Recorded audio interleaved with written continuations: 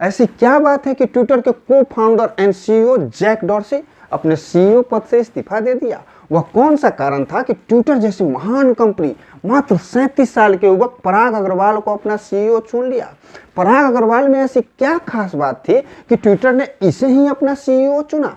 इन्हीं कुछ सवालों के साथ इस वीडियो में उपस्थित हो रहा हूं। मात्र अगले 10 मिनट तक इस वीडियो में बने रहिए। आपके पास इस तीनों प्रश्नों का मात्र एक ही जवाब होगा।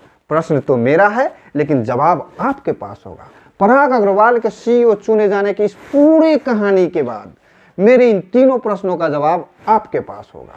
कौन नहीं जानता है कि दुनिया के third social media platform Twitter है, जिसके आज का टोटल नेटवर्थ 2,70,000 करोड़ डॉलर है। उसी कंपनी के मालिक, उसी कंपनी के को फाउंडर जैक डॉर्सी 29 नवंबर 2021 को अपने सभी 4,700 एम्प्लॉय को एक ईमेल करते हैं और उसमें लिखते हैं कि तीन ऐसे रीजन हैं जिसके कारण मैंने अपने ट्विटर के सीईओ पद को छोड़ दिया हूं।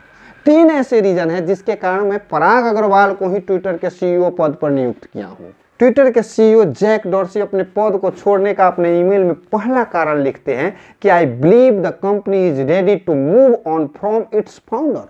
वो दूसरा कारण में लिखते हैं कि my trust is Parag Agrawal as Twitter CEO is deep.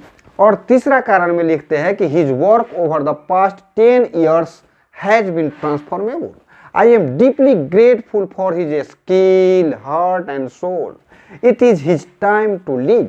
अब एक एक करके इन तीनों कारणों को समझते हैं कि ट्विटर के को फाउंडर जैक डॉर्सी अपने सीईओ पद को क्यों छोड़ा और पराग अग्रवाल को ही ट्विटर ने अपने सीईओ पद पर क्यों नियुक्त किया। जैक डॉर्सी अपने ईमेल में लिखते हैं कि I believe the company is ready to move on from its founder.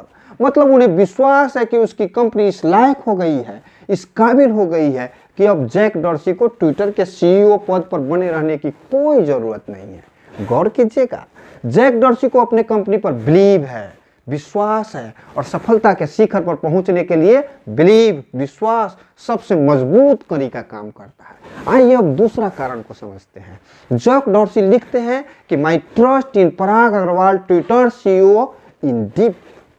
Jack Dorsey को ट्रस्ट है पराग अग्रवाल पर। हाँ, जैक डॉर्सी को विश्वास है पराग अग्रवाल पर। हाँ, जैक डॉर्सी को भरोसा है पराग अग्रवाल पर।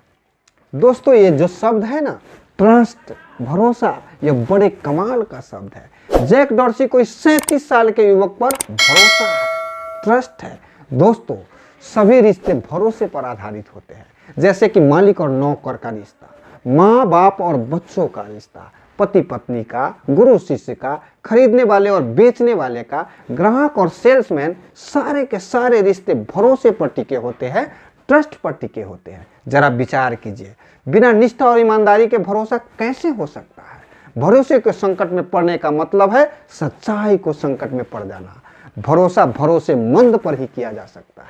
दोस्तों, भरोसे का महत्व प्यार से भी ज्यादा होता है। हम कुछ लोगों से प्यार तो कर सकते हैं, लेकिन उन पर भरोसा नहीं कर सकते, उन पर ट्रस्ट नहीं कर सकते। रिश्ते, रिलेशनशिप बैंक अकाउंट की तरह होता है। हम उनमें जितना जमा करते हैं वे उतना ही बढ़ते जाते हैं, इसलिए हम उतना ही निकाल भी पाते हैं। लेकिन आप बिना जमा किए निकालने का कोशिश करेंगे तो निराशा ही हाथ आएगी।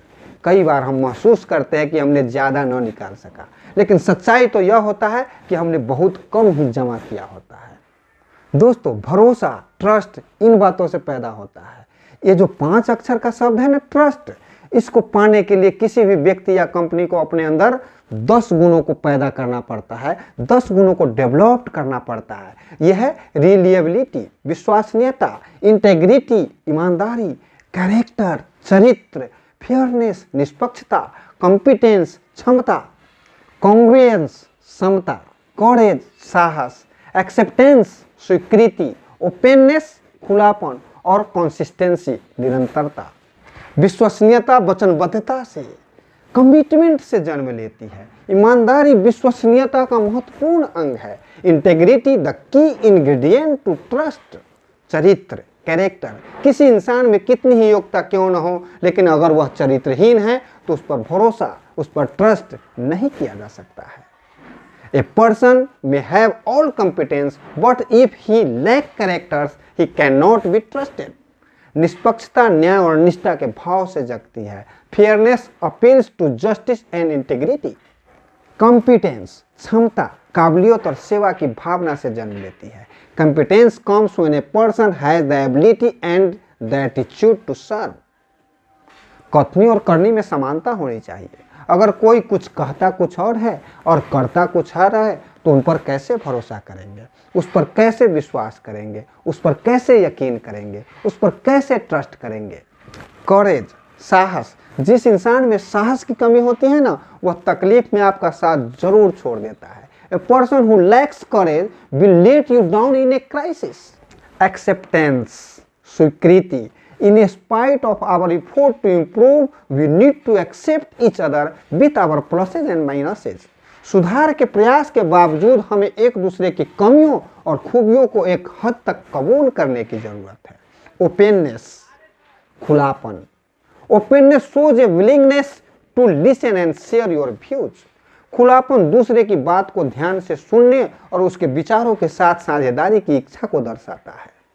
कंसिस्टेंसी निरंतरता या स्थिरता। Consistency build confidence.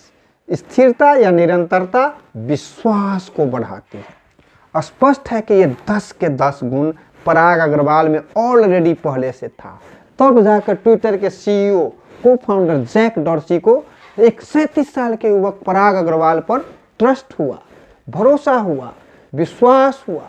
अब चलिए जैक डॉर्सी द्वारा पराग अग्रवाल के ट्विटर के सीईओ बनाने के तीसरे कारण को समझते हैं। जैक डॉर्सी अपने ईमेल में पराग अग्रवाल को ट्विटर के सीईओ बनाने के इस तीसरे कारण में लिखते हैं कि I am deeply grateful for his skill, heart and soul.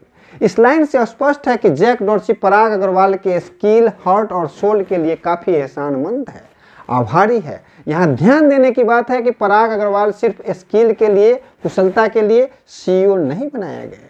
पराग अग्रवाल के स्किल के साथ साथ जैक डॉर्सी उसके हार्ट, सोल मतलब दिल और आत्मा का आभारी है, ग्रेटफुल है। आपने हमारे इस वीडियो में सुना होगा कि जो हाथ पैर से काम करता है वह मजदूर के कैटेगरी में आता है, जो हाथ पैर और दिमाग से काम करता है वह कारीगर के कैटेगरी में कहलाता है। इसलिए मजदूर से कारीगर को 2 गुने वेतन मिलता है।